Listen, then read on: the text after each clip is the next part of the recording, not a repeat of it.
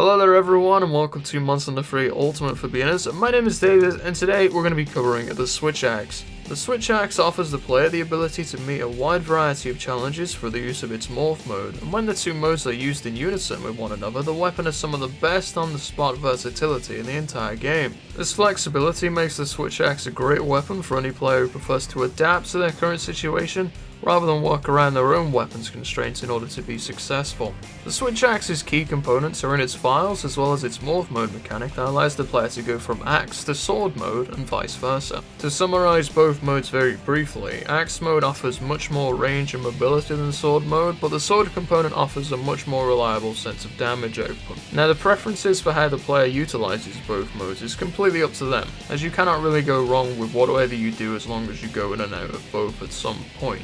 But I usually run around in axe mode because of that reach and speed advantage, while switching into sword mode whenever I can get away with it in order to do damage. This is usually when the monster in question is incapacitated. Morph mode can also be activated after the up and X attack of the axe and after a attack in the sword mode. So it's important to get the hang of this as the player wishes to use both modes fluently. The vial system is what dictates the time the player can be within sword mode, even preventing the player from activating sword mode to begin with if the vial isn't past the required level.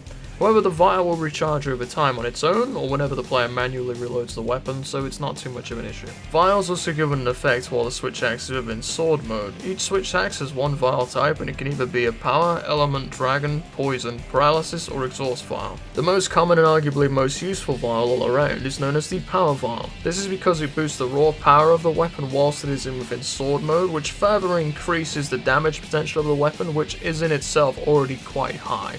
But feel free to use whichever vial you want depending on the given situation and what you need. Now I don't usually talk about specific attacks you wish to use for given scenarios since, it's subjective at best and most of it's all theory, but with the Switch Axe there are three that are highlighted the most when talking about, okay, a monster's incapacitated, I need to do damage. Basically all three of them you can use at any point, doesn't really matter, it's not going to affect you all that much, so don't worry about it. These three are hack and slash, the simple sword mode spam, and also vial discharge. The ones you use will be dependent on your given scenario and context. If your vial is low, use hack and slash. If your vial is high, use sword mode. If you feel the monster's going to get away or you need to break something, use vial discharge. The reason I say all this is because the damage of hack and slash is actually fairly high. You just need to be a bit concerned about your stamina bar. However, if we have skills like Constitution, or you are carrying stamina juices, you won't have to really worry about your stamina gauge. So it's a very strong attack, you just need to worry about your stamina bar. I talk about sword mode if your vial is high, because if it's low, then you're not going to get the most benefit out of activating the mode.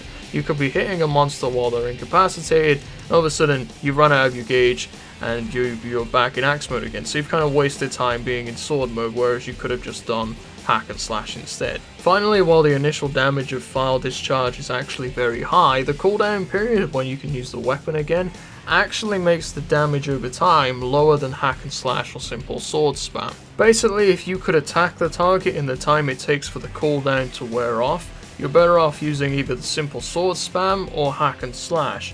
If you think the monster was going to get away in that cooldown period, then you're better off using vial discharge. So use whatever is appropriate at the time, but use whatever you want. I can't teach you or tell you how to use your weapon, you'll just have to experience and know it for yourself essentially. But in general, you cannot really go wrong with any of these methods. As I've said, use whatever you like and find what works well for you in the current situation. To recap on the weapon overall, I'd say its key advantage is that it's so flexible that it can meet a wide variety of challenges set before it, and when you mix in the different vial types, you can get some really interesting results. So as I said, if you want a weapon that's very flexible, you can adapt to things on the fly, I'd recommend giving it a look. The weapon's high damage output overall also makes it very appealing. It is very easy to learn and understand once you get used to the idea that you can switch modes.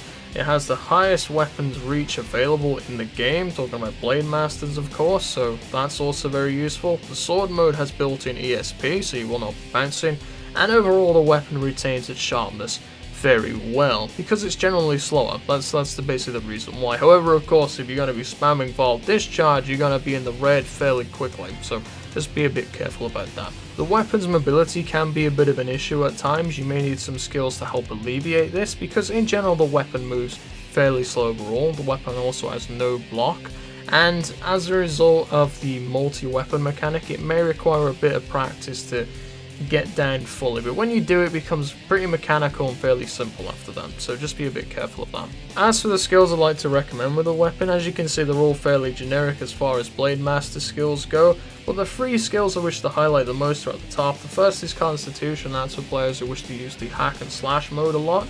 The second is Focus, for those players who wish to utilize the sword mode much more, as the file recharge time will be sped up.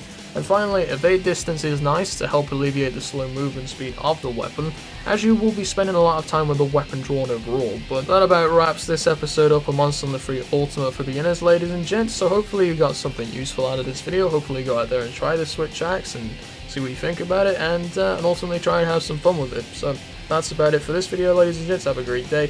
Thank you for watching, and I'll see you in the next one.